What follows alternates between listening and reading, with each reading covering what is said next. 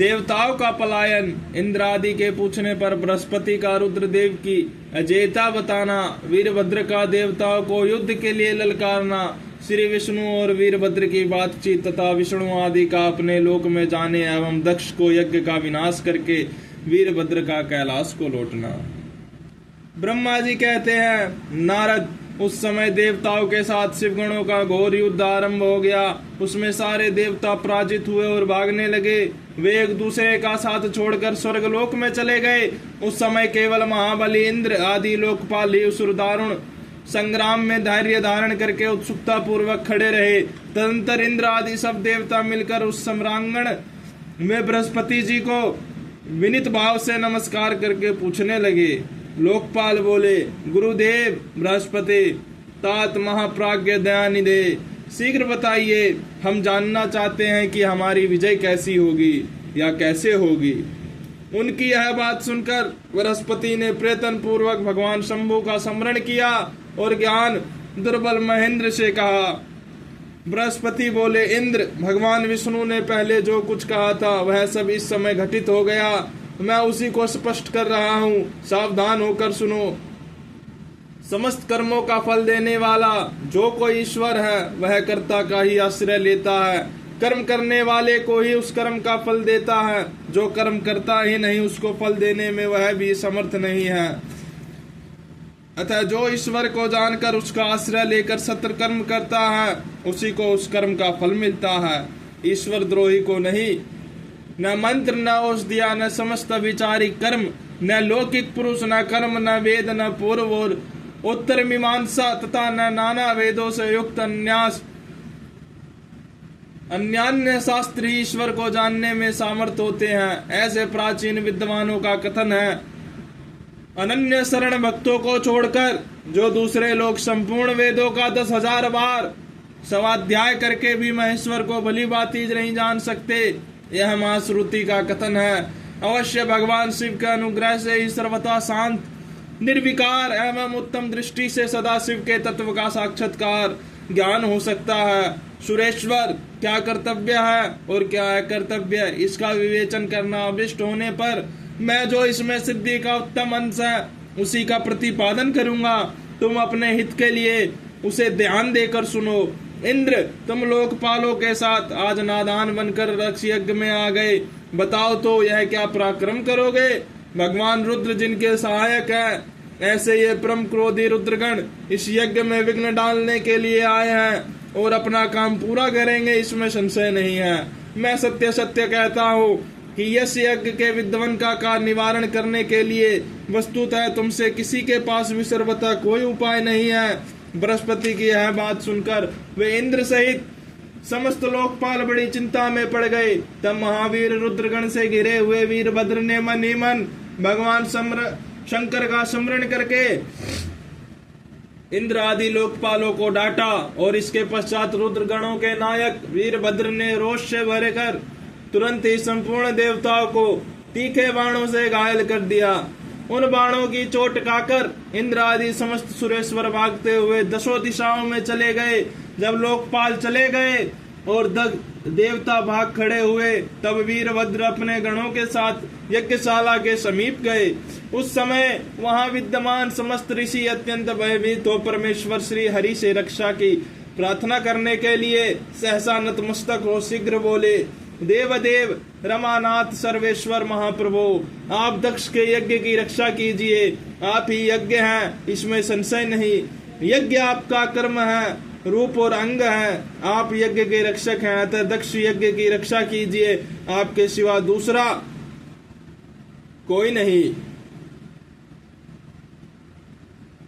ब्रह्मा जी कहते हैं, नारद, ऋषियों का यह वचन सुनकर मेरे सहित भगवान श्री विष्णु वीरभद्र के साथ युद्ध करने की इच्छा से चले। श्री हरि को युद्ध के लिए उद्यत देख शत्रु मर्दन वीरभद्र, जो वीर प्रमथ गणों से घिरे हुए थे, कड़े शब्दों में भगवान विष्णु को डांटने लगे। ब्रह्मा जी कहते हैं, नारद, वीरभद्र की यह बात सुनकर बुद्धिमान देवेश्वर विष्णु वहां प्रसन्नता पूर्वक हंसते हुए बोले। श्री विष्णु ने कहा, वीरभद्र, आज तुम्हारे सामने जो कुछ कहता हूँ उसे सुनो। मैं भगवान शंकर का सेवक हूँ। तुम मुझे रुद्रदेव से विमुख न कहो।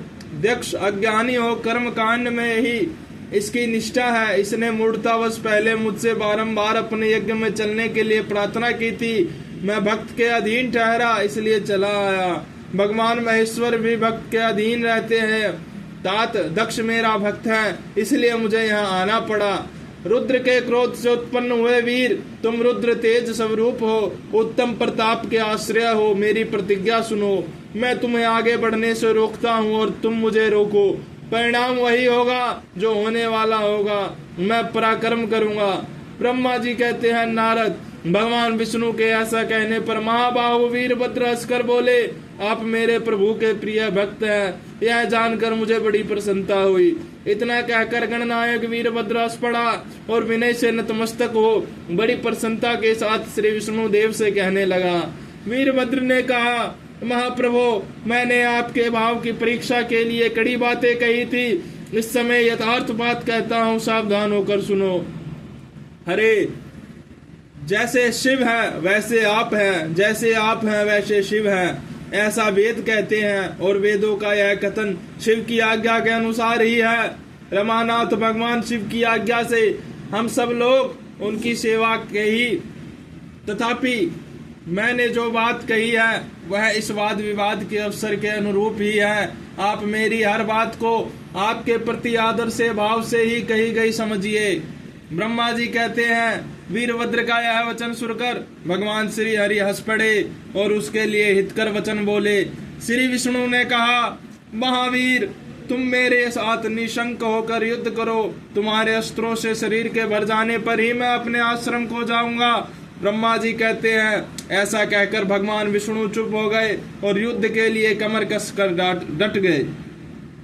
महाबली वीरभद्र भी अपने गणों के साथ युद्ध के लिए तैयार हो गए। नारद, तदंतर भगवान विष्णु और वीरभद्र में घोर युद्ध हुआ। अंत में वीरभद्र ने भगवान विष्णु के चक्र को स्तंभित किया तथा सांगण धनुष के 3 टुकड़े कर डाले। तब मेरे द्वारा सरस्वती द्वारा बोधित हुए श्री विष्णु ने उस महान गणनायक वीरभद्र को अतिशय तेज से संपन्न जानकर वहां से अंतर्धान होने का विचार किया। दूसरे देवता भी यह जान गए कि सती के प्रति जो अन्याय हुआ है उसी का यह भावी परिणाम है। दूसरों के लिए इस संकट का सामना करना अत्यंत कठिन है। यह जानकर वे सब देवता अपने सेवकों के साथ स्वतंत्र सर्वेश्वर शिव का स्मरण करके अपने अपने लोक को चले गए। मैं भी पुत्र के दुख से पीड़ित हो सत्यलोक में चला आया और अत्यंत दुख से आतुर हो सोचने लगा कि अब मुझे क्या करना चाहिए। मेरे तथा श्री विष्णु के चले जाने पर मुनियों सहित समस्त यज्ञ के आधार रहने वाले देवता शिवगणों द्वारा पराजित हो भाग गए। उस उपद्रव को देखकर और उस महामख का विध्वंस निकट जानकर वह यज्ञ भी अत्यंत भयभीत हो मृग का रूप धारण करके वहां से भागा। मृग के रूप में आकाशवाणी और भागते देख वीरभद्र ने उसे पकड़ लिया और उसका मस्तक काट डाला। फिर उन्होंने मुनियों तथा देवताओं के अंग भंग कर दिए और बहुतों को मार डाला। प्रतापी मणिभद्र ने भद्रू को उठाकर पटक दिया और उनके छाती को पैर से दबाकर तत्काल उनकी दाढ़ी मूछ नोच डाली। चंड ने वेग से पूषा के दांत उखाड़ लिए, क्योंकि पूर्व काल में जिस समय महादेव जी की दक्ष के द्वारा गालियां दी जा रही थी उस समय वे दांत दिखा दिखा कर हंस रहे थे। नंदी ने भाग को रोष पूर्वक पृथ्वी पर दे मारा और उनकी दोनों आंखें निकाल ली, क्योंकि जब दक्ष शिव को शाप दे रहे थे उस समय वे आंखों के संकेत से अपना अनुमोदन सूचित कर रहे थे। वहां रुद्र गणनायक ने स्वादा स्वाहा और दक्षिणा देवियों की बड़ी विडंबना दुर्दशा की। वहां जो मंत्र तंत्र तथा दूसरे लोग थे उनका भी बहुत तिरस्कार किया। ब्रह्मा पुत्र दक्ष भय के मारे अंतर्वेदी के भीतर छिप गए। वीरभद्र उनका पता लगाकर उन्हें बलपूर्वक पकड़ लाए। फिर उनके दोनों गाल पकड़कर उन्होंने उनके मस्तक पर तलवार से आघात किया, परंतु योग के प्रभाव से दक्ष का सिर अभेद हो गया था, इसलिए कट नहीं सका। जब वीरभद्र को ज्ञात हुआ कि संपूर्ण अस्त्र शस्त्रों से इनके मस्तक का भेदन नहीं हो सकता, तब उन्होंने दक्ष की छाती पर पैर रखकर दबाया और दोनों हाथों से गर्दन मरोड़कर तोड़ डाली। फिर शिवद्रोही दुष्ट दक्ष के उस सिर को गणनायक वीरभद्र ने अग्नि कुंड में डाल दिया। तदंतर जैसे सूर्य घोर अंधकार राशि का नाश करके उद्याचल पर आरूढ़ होते हैं, उसी प्रकार वीरभद्र दक्ष और उनके यज्ञ का विध्वंस करके कृत कार्य हो तुरंत वहां से उत्तम कैलाश पर्वत को चले गए। वीरभद्र को काम पूरा करके आया देख परमेश्वर शिव मन ही मन बहुत संतुष्ट हुए और उन्होंने उन्हें वीर प्रमथ गणों का अध्यक्ष बना दिया।